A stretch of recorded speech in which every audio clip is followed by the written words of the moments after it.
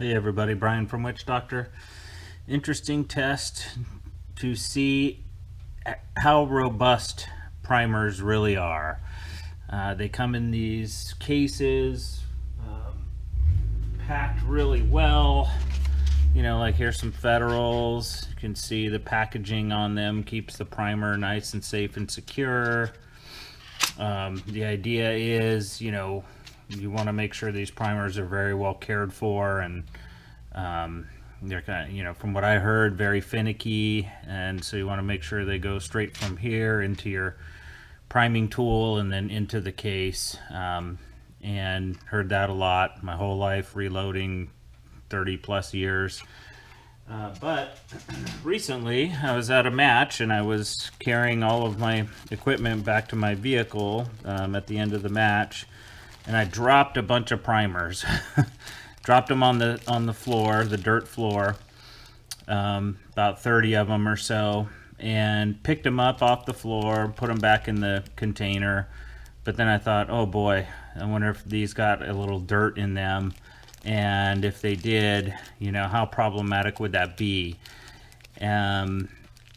Also, I've heard of people, you know, leaving their primers out, and, you know, a little bit of rain gets on the primer container. People are unsure, oh boy, did the wetness get on the primer, and does that have a major negative impact? Anyway, so wanted to test that out. It may sound a little unusual, but you know, primers are so hard to find nowadays, and, you know, people are conserving them, and, you know, if they do something stupid like I did and accidentally drop them on the floor, kind of the question is, can I reuse them safely, and will things, you know, go well for me if I do? Actually, I can see a little sand in this bag and a little piece of grass from when I picked them up off the floor. So what I did was I was actually fire forming some brass, and thought, well, in the process of fire forming, I'm going to go ahead and run this test. So I grabbed a handful of primers, 10 primers, and I submerged them in water to sort of see, you know, how bad does water affect them. Submerged them in the water for 10 seconds, pulled them out, and gave them, I think it was like a full day to dry. And that was 10 primers. And then I pulled out 20 primers and dropped them in some soil and sort of mashed them around the soil, pulled them out, and I removed a lot of the really large pieces of soil that were in the primer, and just kind of made sure that there were no huge pieces of soil in there. And then the other ones, I had a bunch of primers that, bunch of cases that were primed, but I had to pull the primers out of them. Using a tool like this. This is a Frankfurt Arsenal depriming tool. So basically the primers were seated, but I had to pull them out for various reasons. So I threw them in the tool and then plucked them out. So basically 3 different ways to possibly contaminate your primer or mess the primer up. And so I tested these 3 ways to see basically what would happen.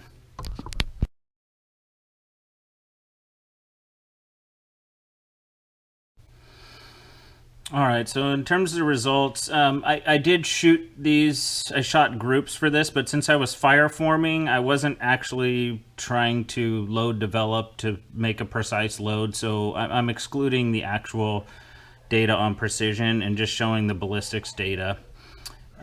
Because I really wasn't trying to get real precise loads. It was just, you know, I think I used Winchester 7.5 primers, XMR 3100 at 31 grains in a 6BR case, fire forming to 6 dasher, and I used a Hornady 100 grain soft tip and loaded them all to really hard jam because I'm fire forming. So anyway, I wasn't really interested in trying to get a precise load. In fact, that XMR 3100 is powder that, I don't know, has been sitting around my loading bench for 20 years. So I just wanted to grab some old powder to do fire forming. So anyway, not really looking for precision, but definitely took some data on ballistics. So in the wet condition, the 10 primers that were wet, shot 5 groups with them. The first 5-shot group, one of the 5 did not fire. So it seems as if the water submerged the kind of made one primer a dud. It would not fire. I did try to strike the primer, I think 2 or 3 times. It still would not fire. So definitely having primers that get wet, bad idea to try to take them and use them to load, because you may not have you may have some that don't fire. 1 out of 5 didn't fire in that. The next 5-shot group, they all fired. Anyway, so the average velocity for the wet condition was 2,460 feet per second. Standard deviation was 13.2, and extreme spread was 30.5. Okay, so in the dirty condition, I shot 4 5-shot groups in that condition. On the first 5-shot group, there was 1 out of the 5 that was extremely low velocity. It landed literally a foot below where it should have impacted, and it actually sounded like I was firing a suppressed rifle. So I knew right away, oh yeah, that was the primer, something happened to it and it just didn't ignite really well.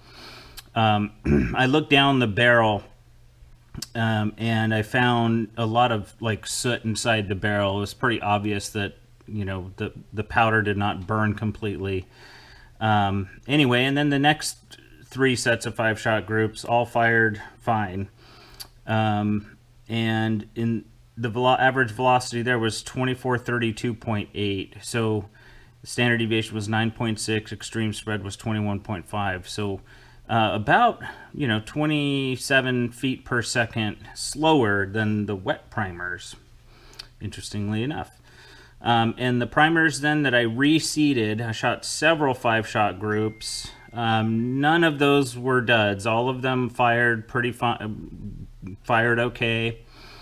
Average velocity there was 2461, which was identical to the wet condition. However, the standard deviation was 22.9 and the extreme spread was 56.4. So somehow plucking the primer out and then reseeding it and firing it led to extremely high standard deviations and extreme spread. So anyway, and then I did a control group where I took 15 of the Winchester 7.5 primers right out of the box. Didn't get them wet, get them dirty, didn't reseed them. They were brand new, and I fired those, and my average velocity was 2470.7, standard deviation was 10.7, and extreme spread was 27.7.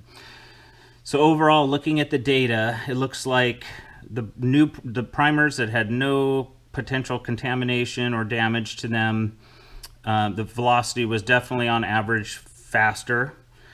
Standard deviation was 10.7, so it was okay, and extreme spread was 27.7. The dirty primers definitely had lower velocity than the control group. However, had a 9.6 standard deviation, so very comparable standard deviation to the control group and very comparable extreme spread. So it just seemed like with the dirty ones, it was just slower. They just produced a much slower velocity on average. The wet ones, again, there was 1 out of 10 that just would not fire at all, and the speed, standard deviation, and extreme spreads were very similar to the reseeded ones, although not as bad.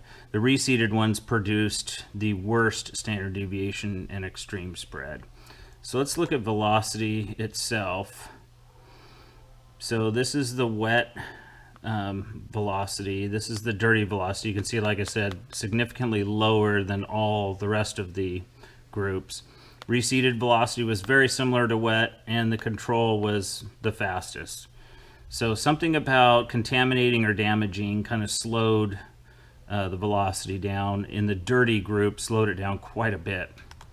Standard deviation, like I was mentioning, in the control group was fairly just above 10, dirty just below 10, with wet higher, and then with reseeded really high. So seems like plucking them primers out, it definitely does some kind of damage that affects the standard deviation. And same thing with the extreme spread.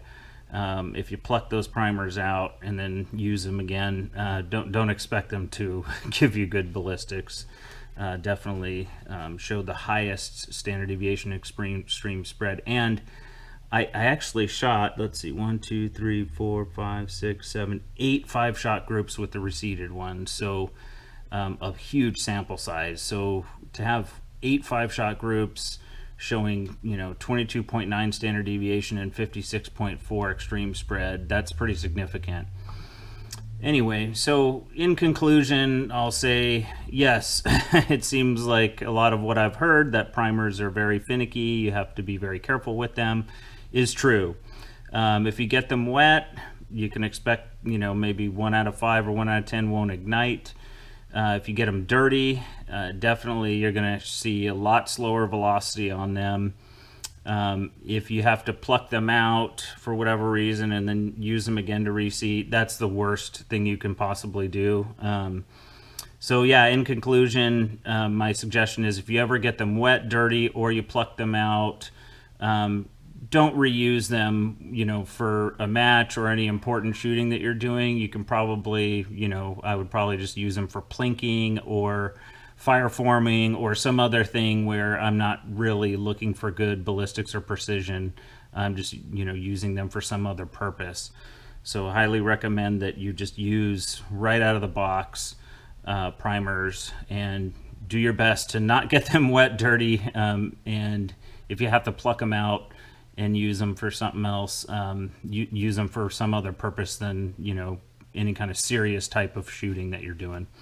All right, everybody, thanks for tuning in, and hopefully this test will help you, figuring out what to do with those primers should you do something like I did, accidentally drop them or expose them to rain, or if you have to pluck them out for whatever reason and you want to reuse them, just use those for plinking or fire forming or some purpose other than serious shooting. All right, everyone, thank you very much. Please like, subscribe, and share, and then also check out my Patreon. Take care.